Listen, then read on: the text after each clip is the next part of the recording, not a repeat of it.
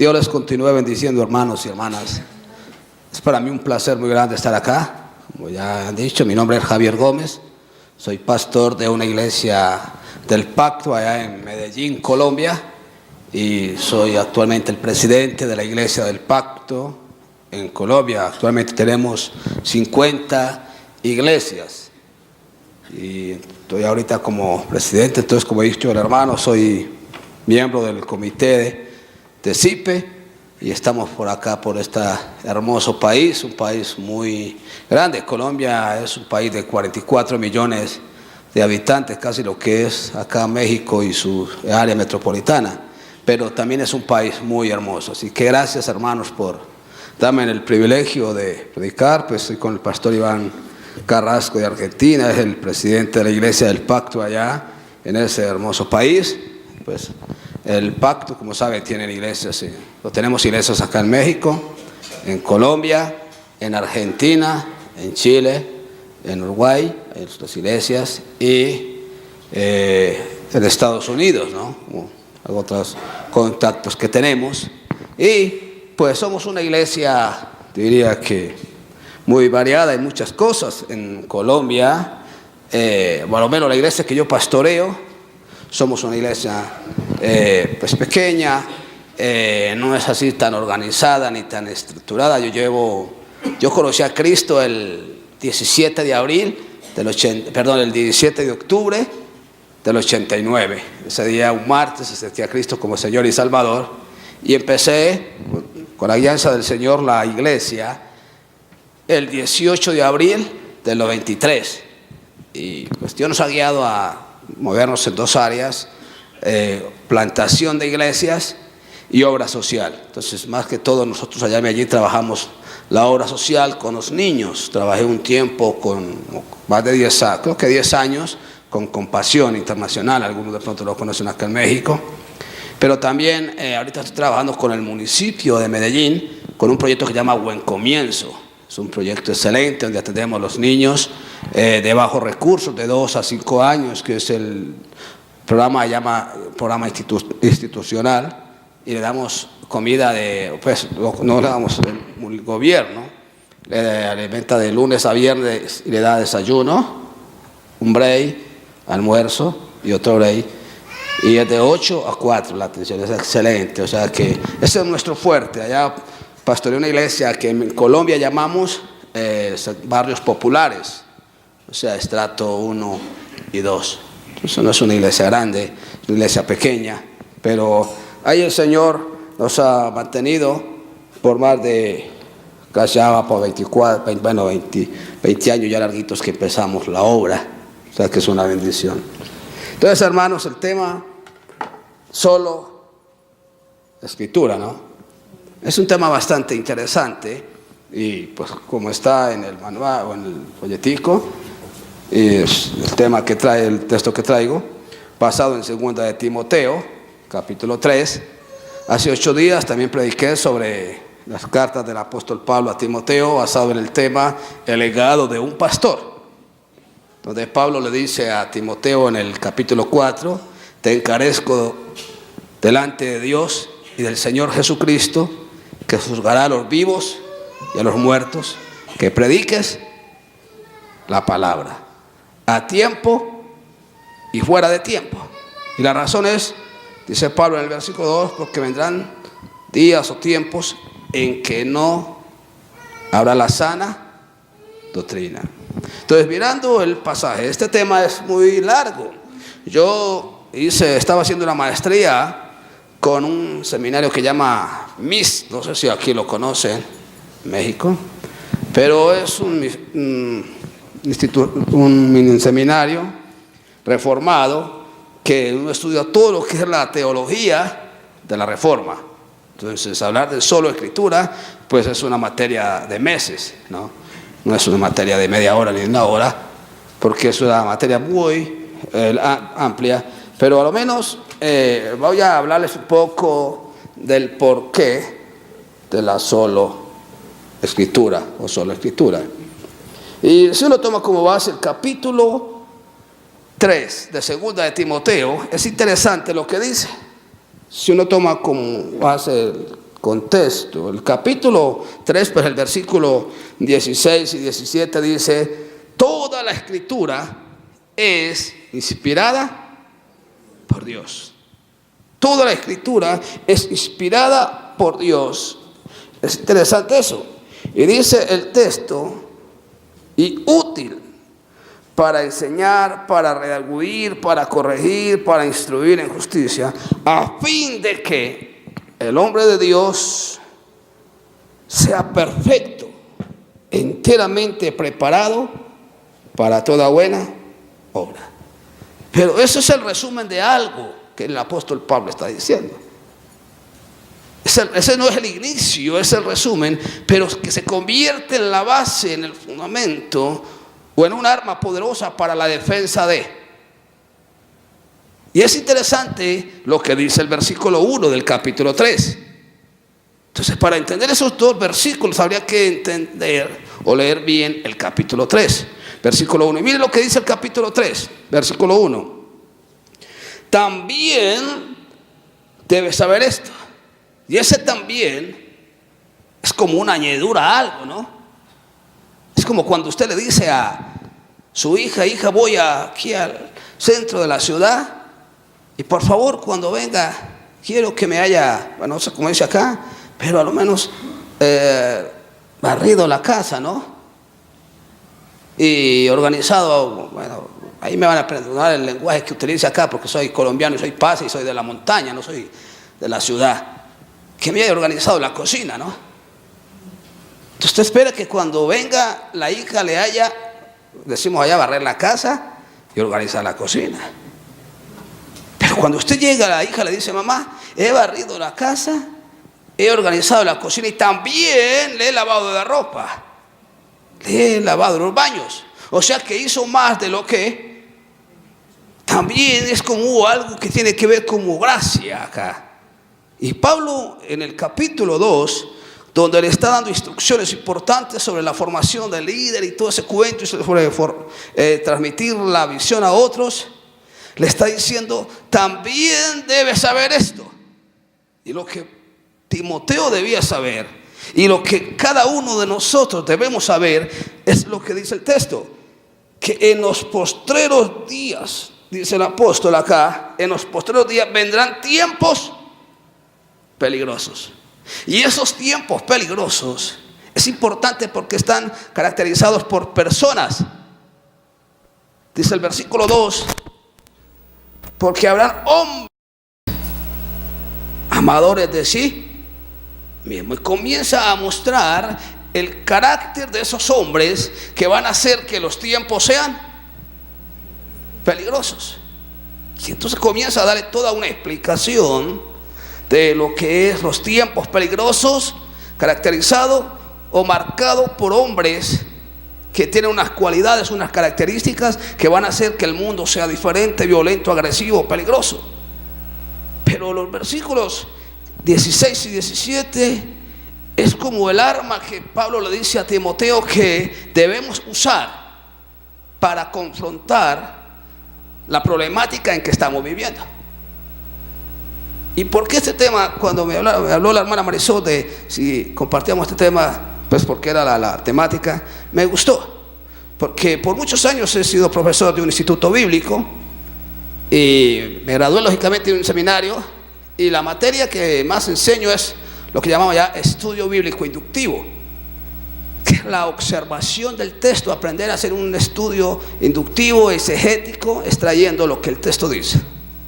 Y pues como ustedes saben, actualmente vivimos en un mundo complicado o difícil por los desafíos que estamos viviendo.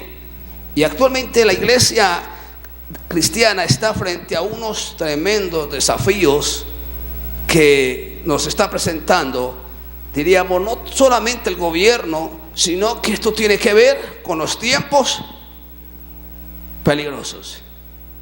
Y el punto aquí es qué o cuál es el papel de la iglesia frente a estos desafíos contemporáneos. ¿Qué debe de hacer la iglesia? La semana pasada, bueno, ya estaba terminando la semana antepasada, estuvimos en un evento nacional allá en Colombia donde lo mueve un ministerio que se llama Sedecol, que es la institución que agrupa a todas las iglesias evangélicas del país, y tocamos el tema del papel de la iglesia frente a los desafíos de hoy. Y un desafío que veo yo que tenemos muchos países, o que tiene la iglesia cristiana evangélica en muchos países, es el matrimonio entre las parejas del mismo sexo. La adopción de hijos de las parejas del mismo sexo. Y muchos desafíos por el estilo. Pero algo que yo estaba viendo que me preocupa, a lo menos hablo por mi país, o por la iglesia de mi país, es que la iglesia está tratando de solucionar los problemas de una manera, diría yo, muy ajena a la Biblia. Y es como que si hacemos alianzas políticas o estrategias políticas, o si hacemos protestas evangélicas, etcétera, etcétera, que nos hacemos sentir. Yo respeto todo eso. Simplemente yo no pienso así. Porque yo le decía a la iglesia, bueno, lo primero que tenemos que hacer frente a la problemática o los desafíos que estamos viviendo actualmente es ir o preguntarnos qué dice la Biblia con respecto a esto. ¿Qué es lo que dice la Biblia? Entonces, si uno viene a este pasaje, si uno va a Mateo 24, entonces uno comienza a hacer todo un estudio y coge el libro de la Biblia del Génesis, se va dando cuenta que lo que estamos viviendo actualmente dentro de la generalización de todo, casi la mayoría de los países estando apertura a los matrimonios del mismo sexo, y todo lo que estamos viendo actualmente, eso nos muestra que la venida de Cristo está cerca. Porque en la Biblia encontramos que cuando se da la apertura a la homosexualidad, a la inmoralidad sexual, esto es la gota que llena el vaso de Dios. Quiere decir que todo lo que estamos viendo es el cumplimiento a la palabra. Que creo yo, desde mi poca fe o poco conocimiento, que no hay una forma humana que la iglesia pueda hacer para detener lo que está pasando o viviendo. Porque la Biblia dice, o Jesús lo dijo, es necesario que todo esto acontezca. Porque la Biblia habla de que la maldad aumentaría tanto que el amor de muchos pecaría. Es normal que usted vea en cualquier parque, en cualquier lugar público, dos mujeres besándose, dos hombres besándose. Eso es normal. Porque es la forma en cómo la sociedad misma se está deteriorando, pero el cómo la palabra de Dios se está cumpliendo. Entonces, lo que estamos viendo actualmente no es para uno decir, uy, escandalizarse, es para decir, esto indica que Cristo viene pronto. Esto demuestra que lo que está escrito en la Biblia es la palabra de Dios, y que el Señor dijo que cielo y tierra pasará, pero que su palabra no pasará. Todo lo que estamos viendo, la corrupción política, social, moral, todo lo que uno ve, falsos profetas, todo el oportunismo de muchos que dicen ser predicadores o pastores, cómo hacen de la grey una fuente de ingreso, de oportunismo para sí mismo. Todo eso está escrito en la Biblia. Entonces lo que uno tiene que hacer no está, lo que pasa es decir, bueno, primero esto está escrito, pero en segundo lugar, bueno, ¿cuál es el papel que la iglesia debe desempeñar? No es el tema, pero Dios me dio 3 herramientas que yo diría, o 3 cosas que la iglesia primitiva hacía. Eso fue lo que Dios me dio en medio de todo eso una mañana orando. Y uno se da cuenta la forma de que la iglesia se haga sentir en medio de todo lo que estamos viviendo. No es salir con un cartel. Yo respeto lo que los hacen. Yo no estoy en caminatas en mi país cuando hacen. Yo no hago eso. Yo soy parte de la junta directiva de la Asociación de Ministros Evangélicos de la ciudad. Pero todo lo que hacen allá, yo participo en todo, predico y todo el cuento. Pero hay cosas que yo respeto. Porque una de las cosas que dijo Jesús: en esto conocerán todos que son mis discípulos. ¿En qué? En que tuvieres amor los unos con nosotros. En esto van a ver que tú me enviaste, en que haya unidad.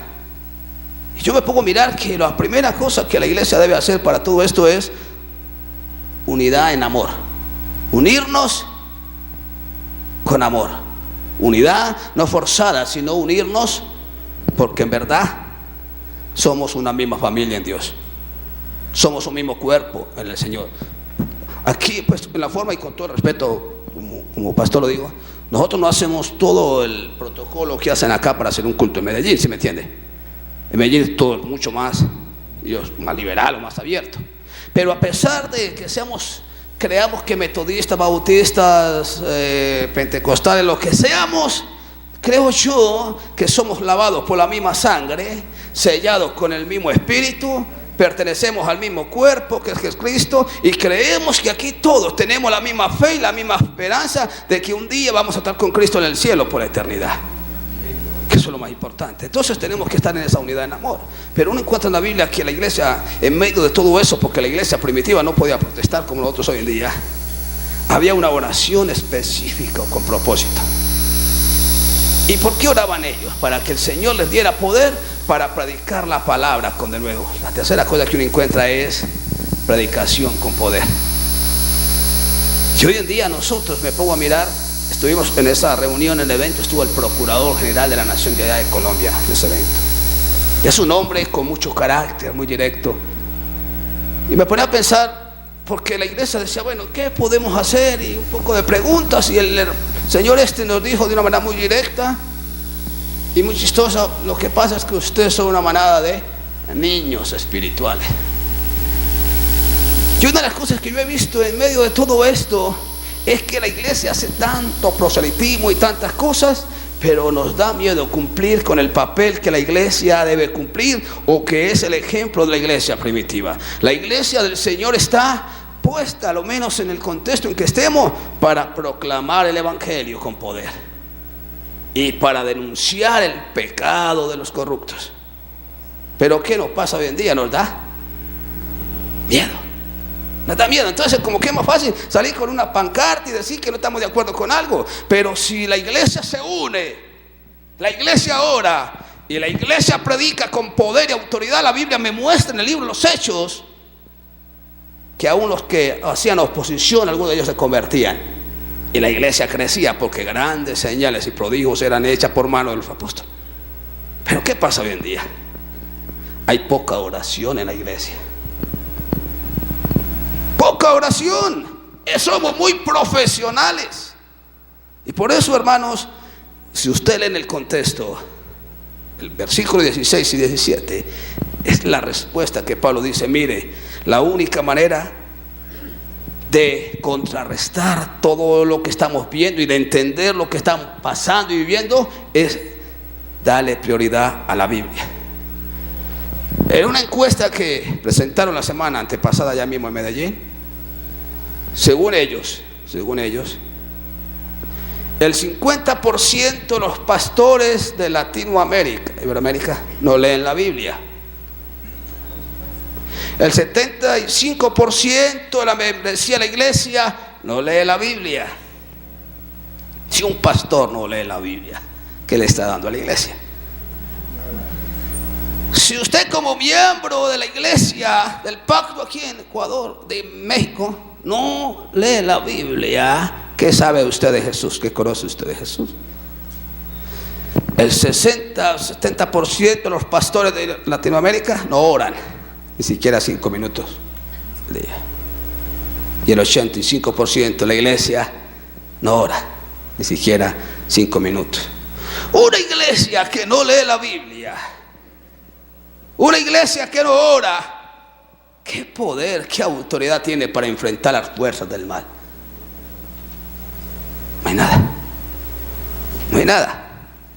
Por eso ustedes pueden ver en Hechos capítulo 6 que los apóstoles dijeron: no nos podemos nosotros enredar en ese cuento de atender a las viudas, de servir a las mesas. Eso que lo hagan otras personas, porque nosotros nos vamos a ocupar de 2 cosas. ¿Cuáles son?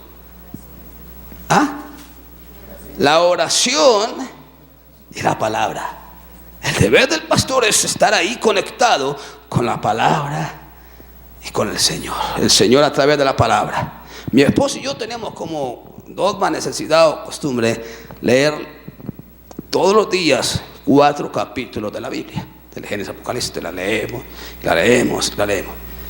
Y he aprendido cuando estaba en el seminario que el devocional de un pastor es una prédica para su vida y para la iglesia.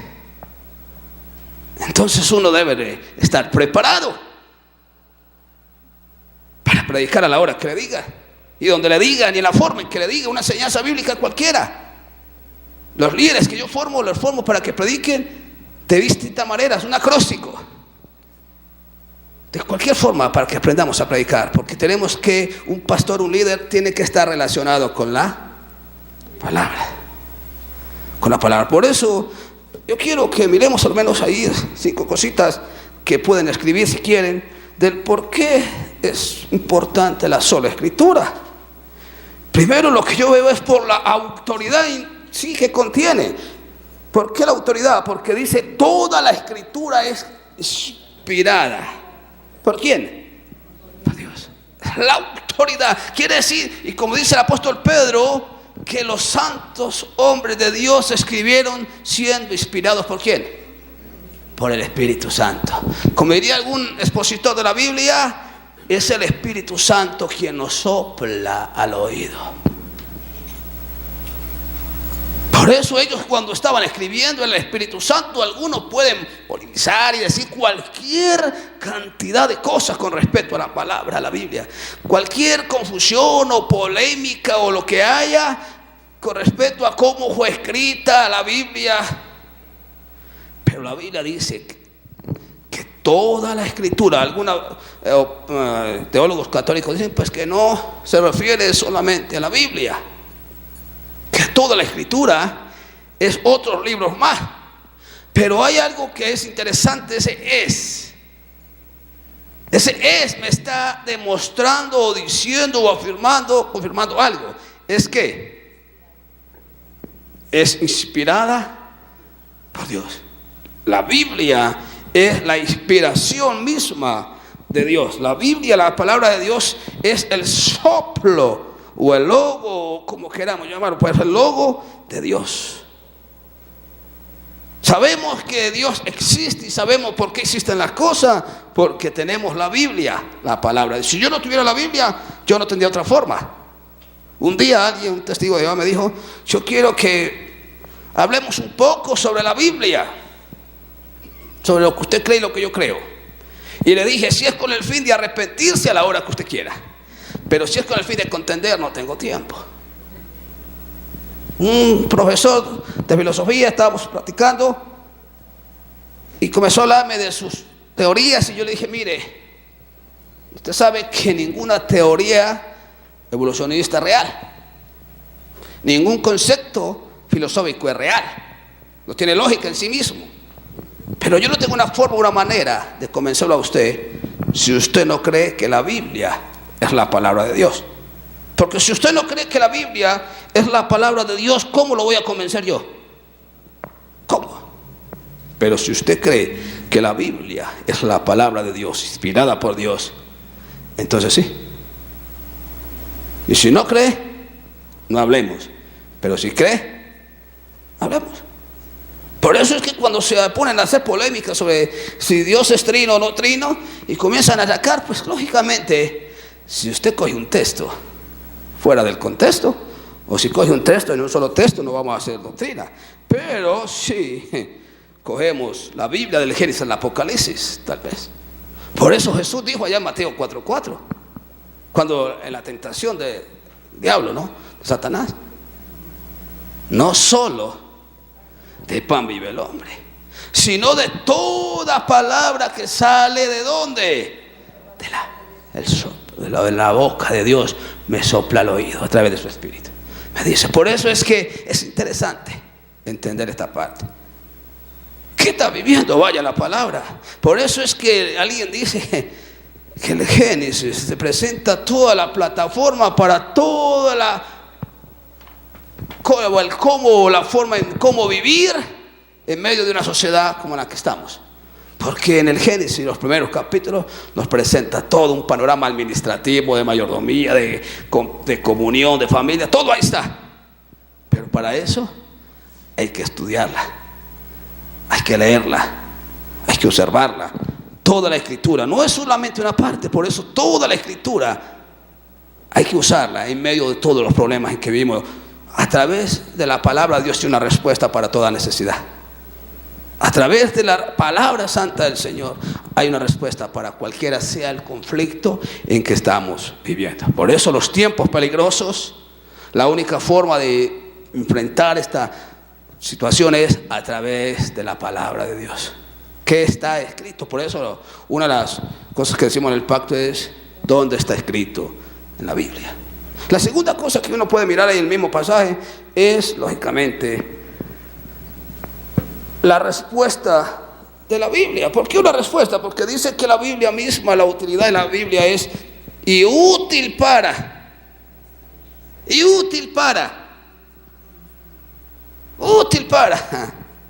un profesor de teología nos decía hace como 20 días en un seminario que teníamos acerca de en medio de toda la situación que uno está viviendo, en medio de los conflictos que uno tiene que enfrentar a diario, y cuando uno no sabe qué hacer, él decía, yo he ido a Dios a la oración, Señor, ¿qué hago? ¿Qué decisión tomo frente a esta problemática? Y él nos decía que Dios le ha dicho, lea la Biblia. Ahí está la respuesta. Sí, Señor, pero ¿a dónde? Porque es que está, usted sabe que dicen que la Biblia, o alguien decía, nos hablaba del teléfono de Dios. El teléfono de Dios. ¿Saben cuál es el teléfono de Dios? Entonces allá decimos que el teléfono de Dios es 2-66-39-27. 2 testamentos, 66 libros, 39 en el Antiguo Testamento y 27 en el Nuevo. Toda la Escritura. Decía, sí, Señor, pero ¿dónde está? Y en medio de todo eso, Dios le sopla a uno al oído en tal parte. Y usted va y lee ese texto, ay, Señor. Y usted encuentra un descanso en ese pasaje. O de pronto usted en medio de la angustia, de la dificultad, alguien en WhatsApp o como se diga acá, le envía un texto. Dios te dice, no temas, porque yo estoy contigo. No desmayes, porque yo soy tu Dios. Y usted siente esa frescura, ¿no? Porque ahí está la respuesta. Por eso dice que útil para ¿qué? ¿Para qué? Enseñar, ¿para qué más? ¿Para qué más? ¿Y para qué más? Para instruir en justicia. ¿Se da cuenta entonces la importancia del por qué solo Escritura? Del por qué solo Escritura, del por qué, hermanos y hermanas, si no lo hacen, si no lo tienen, ustedes tener como una disciplina, por decir de esa manera, de estudio de la palabra. Todos los días. Presentarse delante, me encanta esa canción y es hermosa y me inspira, aunque no sé cantar, no sé nada de esas cosas. Yo no me sé ni un coro cristiano, ni me sé nada, no sé mi coro. Pero al menos escucho esa canción, quiero escuchar tu dulce voz. Oiga, eso es hermoso, porque la Biblia dice que mis ovejas oyen mi voz. Dice en Juan 10, y yo les conozco y ellas me siguen. Y yo le doy vida eterna y nadie las arrebatará de mi mano. Cuando usted tiene esa vida devocional ahí, que las mañanas está delante de Dios queriendo escuchar su dulce voz. Y cuando abre las Escrituras y a través de ellas se alimenta, y que tiene un cuaderno de notas, una lapicera o como digan acá, y un resaltador, y va haciendo sus sermones. Oh, y que usted sabe que esa palabra es viva y eficaz y más cortante que toda espada de 2 filos. Que sabe que esa palabra es el aliento de vida, el soplo de vida, el poder de Dios para tus debilidades. Oiga, usted sale todo renovado. Por eso, hermano, la respuesta de Dios a nuestras necesidades la encuentra ¿dónde? En el teléfono de Dios. Ahí está, en esos 31.100 versículos. Algunos dicen que en 31.103, bueno, los 31.100 versículos y un pedacitico más, ahí está. En los 1.189 capítulos que tiene la Biblia, ahí los encuentra. Sabe leerla en el hebreo, en el griego, o en el latino, el arameo, lo que sea, o si solo el español, pero ahí está.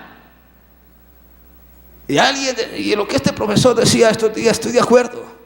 Cuando uno estudia la Biblia se da cuenta que hay principios generales o universales, y también hay principios específicos. Como hay mandamientos generales, también hay mandamientos específicos para alguna cultura. Como hay promesas que son específicas para un tiempo, el tiempo de edad o de personas, como también generales.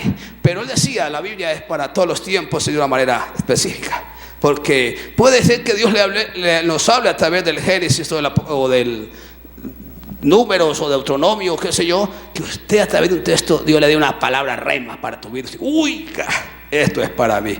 Y usted cambia. Por eso la respuesta está ¿en dónde? Está la autoridad. Pero cuando alguien tiene autoridad es porque tiene una respuesta. ¿Y la respuesta está en dónde? En la Biblia. En la Biblia, la bendita palabra de Dios. Pero miren también la tercera cosa que uno puede escribir ahí para ir terminando. Y es el objetivo final de la Escritura. Y eso me gusta a mí. Porque Pablo le dice, mire, la única forma de que la sociedad cambie es a través de la predicación de la palabra. Y Pablo era reiterativo en eso: prediques la palabra a tiempo y fuera de tiempo. Y a lo menos en Colombia tenemos el gran privilegio de tener libertad de culto.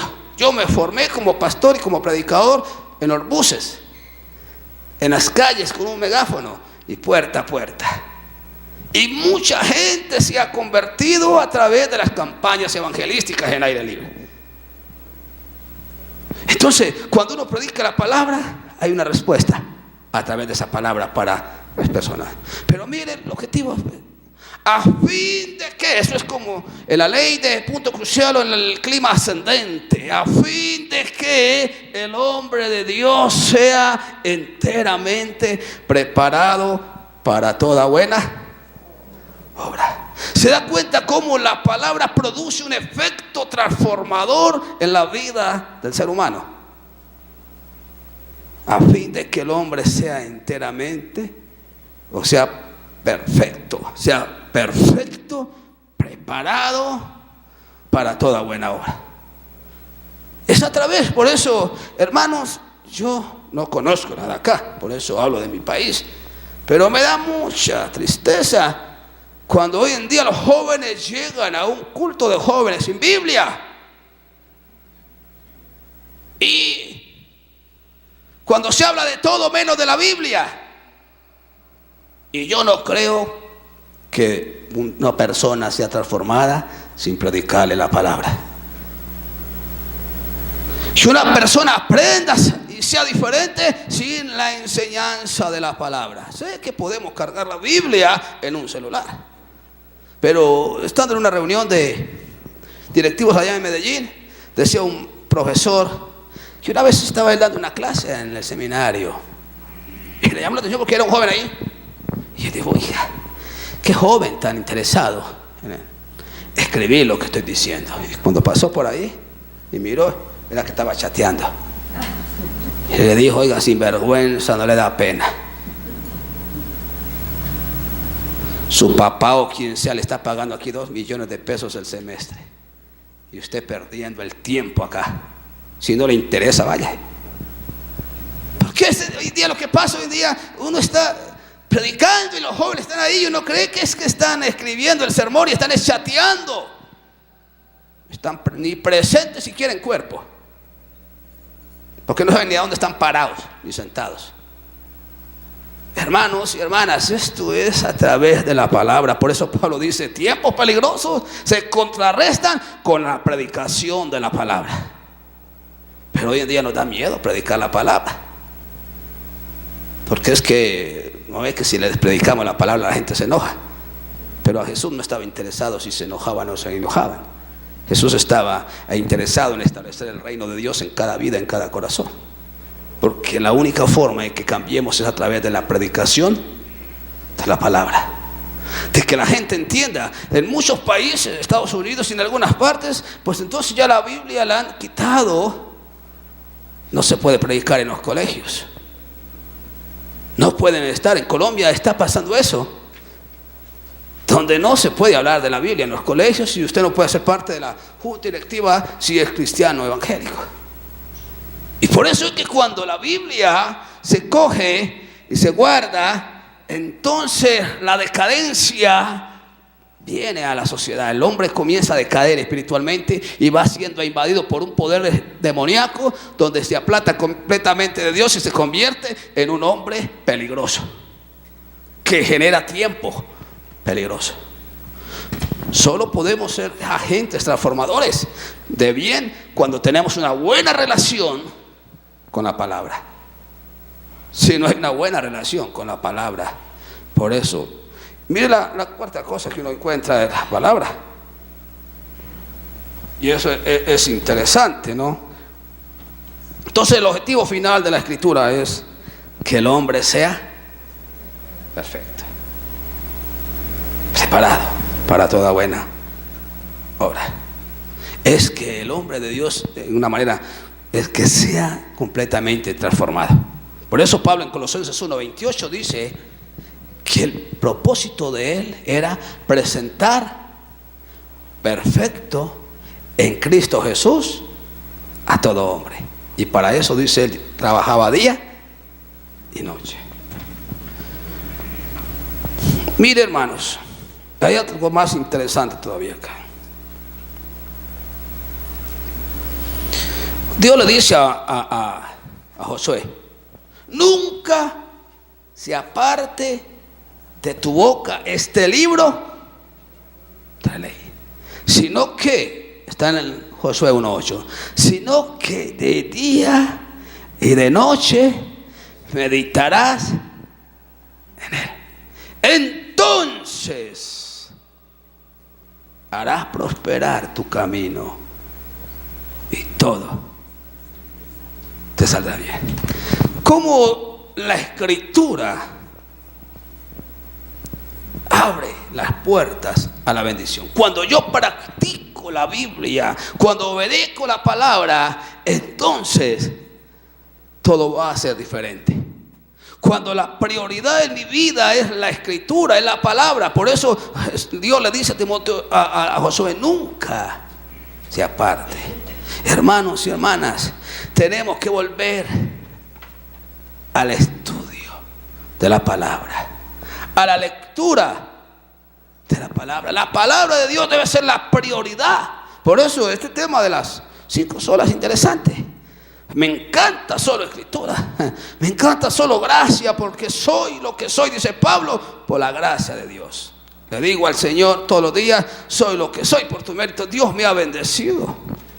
Allá en Colombia no tengo una iglesia grande, pero cuando Dios me llamó al pastorado, bueno, no inmediato, yo un día venía a dar un curso de teología en mi moto ahí, medio un sábado en la tarde, un aguacero tremendo, y escuché que Dios me dijo, y Dios se me grabó: no te llamé a depender de los diezmos y las ofrendas, te llamé a depender de mí. Y eso me quedó grabado. Allá entran, como es una iglesia pequeña, de bajos recursos, de estrato bajo, los ingresos son pocos, pero yo no dependo de lo que la gente dé, dependo de que Dios me llamó. Y yo tengo que concentrarme solo a hacer su voluntad. Y si algo me gusta a mí, yo predico los sábados, los domingos, de 8 de la mañana a 12 del día. Predico. Y de lunes a domingo predico la palabra. Todos los días enseño 2 horas de la Biblia. Y no hay nada mejor. Yo me paro a predicar enfermo en la iglesia. Y comienzo a predicar y me olvido lo que tenía. Porque esto es lo que me apasiona. Y le enseño a la iglesia y formo a la iglesia para que nada le mueva. Termino diciendo, mire lo que dice el versículo 14 y 15 de 2 Timoteo. Es interesante el consejo que Pablo le da a Timoteo.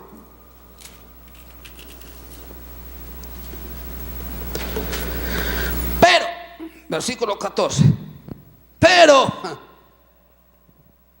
haciendo resumen de todo, dice, pero persiste o persevera o insiste tú en lo que has aprendido y te persuadiste, sabiendo de quién lo has aprendido y que de la niñez has sabido las escrituras, las cuales te pueden hacer sabio para la salvación por la fe que es en Cristo Jesús.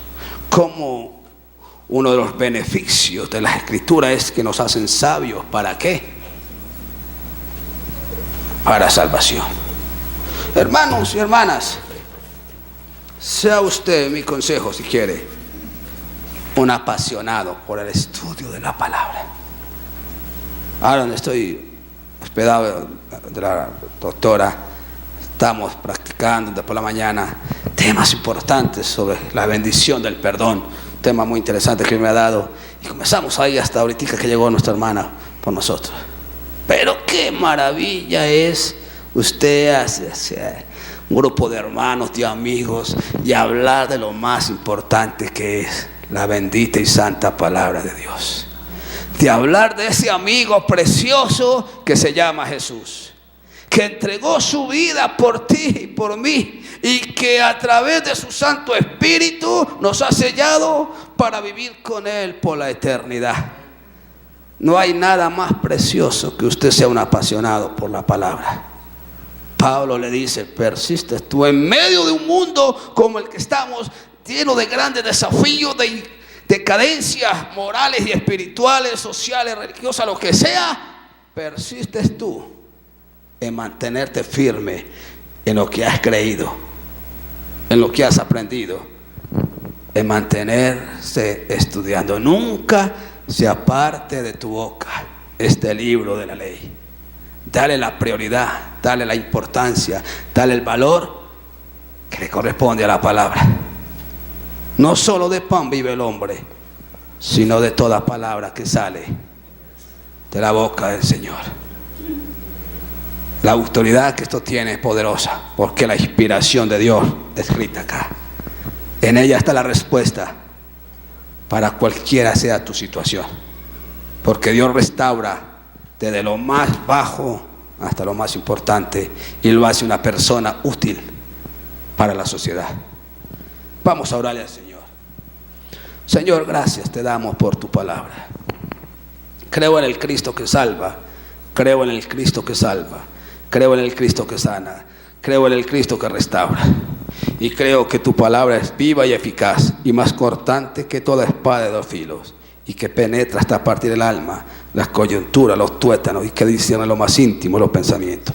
Tu palabra está vigente hasta el día de hoy y sigue enseñándonos para que por ella nos dejemos guiar hacia la vida eterna. Yo te glorifico y te bendigo, y bendigo a cada miembro de esta congregación, cada líder y las decisiones que hay a futuro, los planes, los proyectos, la gente que va a llegar a este lugar, lo que tú vas a hacer a través de esta iglesia del pacto aquí en México, Señor. Los bendigo y declaro bendición sobre sus vidas en el glorioso nombre de Cristo Jesús. Amén y amén. Así que, hermanos, Dios les bendiga y muchas gracias.